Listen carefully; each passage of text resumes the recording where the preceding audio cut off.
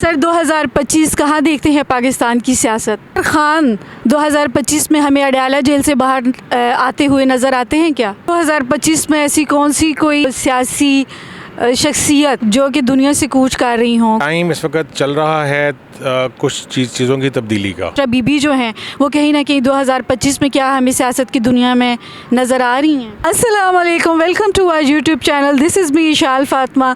नाज़रीन, जैसे कि हम जानते हैं साल 2024 अपने अख्ताम की तरफ रवां दवां है। साल 2025 आने को तैयार है।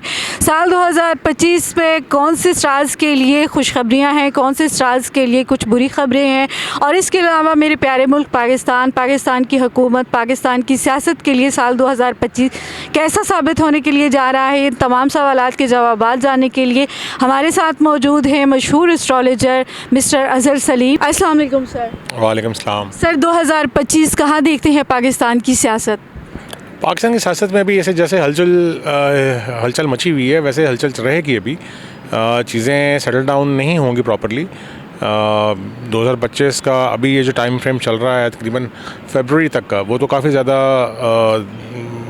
ऊंच नीच का शिकार उसमें रहेगी। सियासत भी, पॉलिटिक्स भी, पॉलिटिकल जो फिगर्स हैं वो भी काफ़ी ज़रा उतार चढ़ाव उसमें देखने को मिलेगा। सर खान 2025 में हमें अडयाला जेल से बाहर आते हुए नज़र आते हैं क्या? देखें, टाइम इस वक्त चल रहा है कुछ चीज़ों की तब्दीली का, ठीक है। और ये तकरीबन आप समझ लें कि अक्टूबर से शुरू हुआ है और फरवरी तक का ये टाइम है, और इसमें हमें काफ़ी चीज़ें सेटल होती हुई नज़र आएंगी।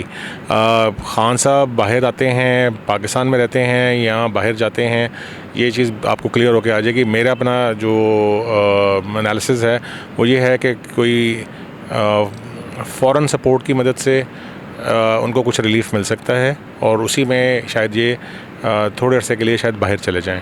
सर बहुत से लोगों का ये ख्याल है कि शायद अब खान जो हैं वो सियासत से आउट, और उनकी जगह पे बुशरा बीबी जो हैं वो कहीं ना कहीं 2025 में क्या हमें सियासत की दुनिया में नज़र आ रही हैं? नहीं, बिल्कुल भी नहीं, ऐसा कुछ नहीं है। खान सियासत से भी आउट नहीं होगा। खान फ्रंट एंड पे बेशक ना रहे, लेकिन बैक एंड के ऊपर खान ही चलेगा।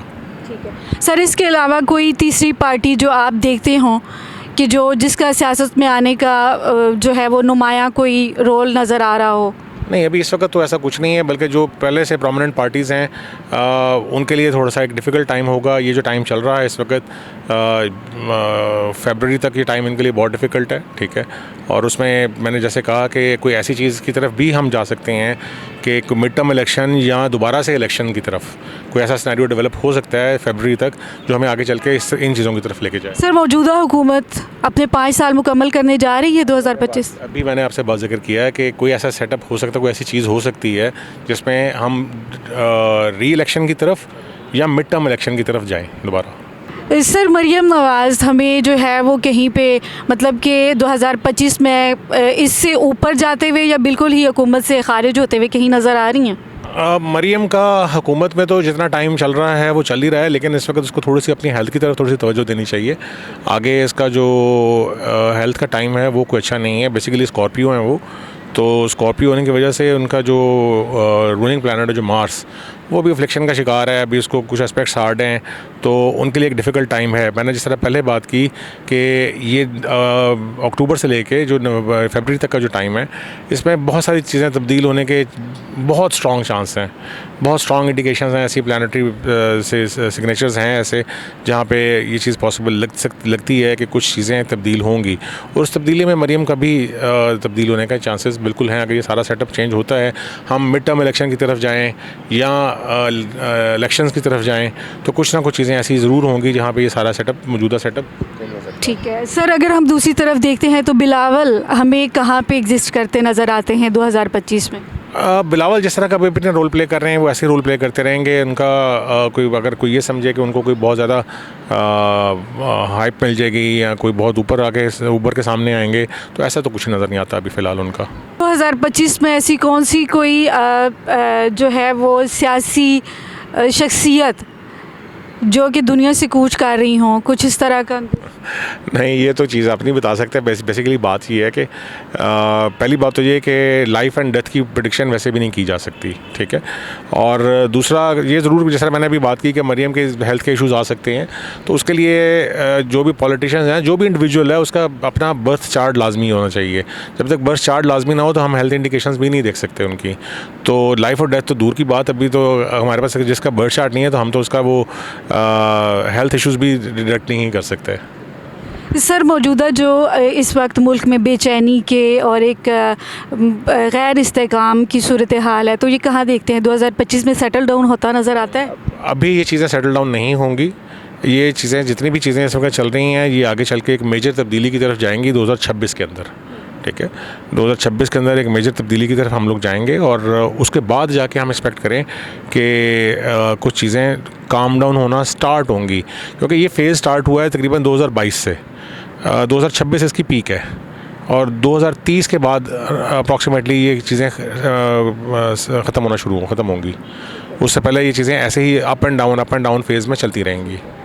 सर, ये तो हो गए हमारे मुल्की हालात। अब अगर हम आलमी एक एनालिसिस देखते हैं तो उसमें जो इस वक्त एक एंड ऑफ द वर्ल्ड का एक सिनेरियो चल रहा है, उसमें क्या देखते हैं कि इसराइल के, लबनान के तमाम मामलात जो हैं ये सेटल डाउन होते नज़र आते हैं? देखें, मैं फिर वही बात कहूँगा कि अभी तक की जो इंडिकेशंस हैं उसमें कोई मुझे बहुत बड़ी मेजर जंग तो नज़र नहीं आती, ठीक है। हाँ, कुछ चीज़ें एस्केलेट ज़रूर हो सकती हैं इस वक्त जो टाइम चल रहा है, ठीक है।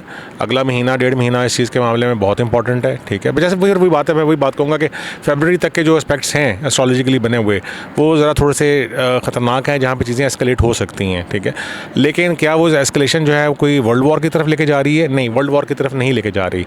ये झड़पें रहेंगी, लिमिटेड रहेंगी, ऐसा ये सेटल डाउन हो जाएंगी, ठीक है। लेकिन चाहे आप रशिया यूक्रेन की बात करें, चाहे आप इसराइल फ़लस्तीन की बात करें, चाहे आप साउथ कोरिया की बात करें, ये टाइम इस वक्त ऐसा चल रहा है कि जहाँ पे ये चीज़ें जो हैं वो इवन चाइना ताइवान की बात अगर करें, ठीक है, तो ये भी एस्केलेट होगी, ठीक है।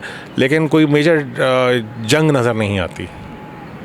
सर, अगर देखें तो आगे अमेरिका के इलेक्शंस हैं, तो उनका क्या देखते हैं कि 2025 में क्या नज़र आता है अमेरिका के हालात?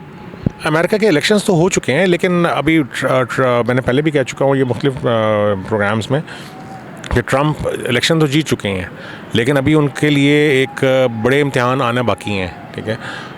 उसमें उनको अमेरिका का अगर ओवरऑल मैं देखूं तो ओवरऑल तो एक फ़ेज़ में से जो एक स्ट्रगलिंग फ़ेज़ था, जो इकोनॉमिक मेल्टडाउन का फ़ेज़ था, वो इस वक्त अपने तकरीबन आप कह लें कि एक एक्सट्रीम के ऊपर खड़ा हुआ है, ठीक है। आहिस्ता आहिस्ता चीज़ें बेहतरी की तरफ ज़रूर जाएंगी, लेकिन अभी जो ग्लोबल इकोनॉमिक क्राइसिस है वो उससे अमेरिका भी इम्पेक्ट होगा और बाकी जो दुनिया के बड़े ममालिक हैं वो भी इम्पेक्ट होंगे उससे। ट्रंप की जहाँ तक बात करें तो ट्रंप की प्रेसिडेंसी की जो टर्म है वो कोई इतनी आसान नहीं होगी उसके लिए इस दफ़ा। काफ़ी सारी चीज़ें, मुश्किलात उसको फेस करनी पड़ेंगी। इवन इनॉग्रेशन जो उसकी होनी है, जब उसने हल्फ उठाना है, उससे पहले भी उसको थोड़ी सी मुश्किलात फेस करनी पड़ेंगी। उसमें इतना आसान चीज़ें नहीं रहेंगी, लेकिन ठीक है, हो जाएगा ये सारा कुछ और आगे चीज़ें चलेंगी, लेकिन प्रॉब्लम्स के साथ।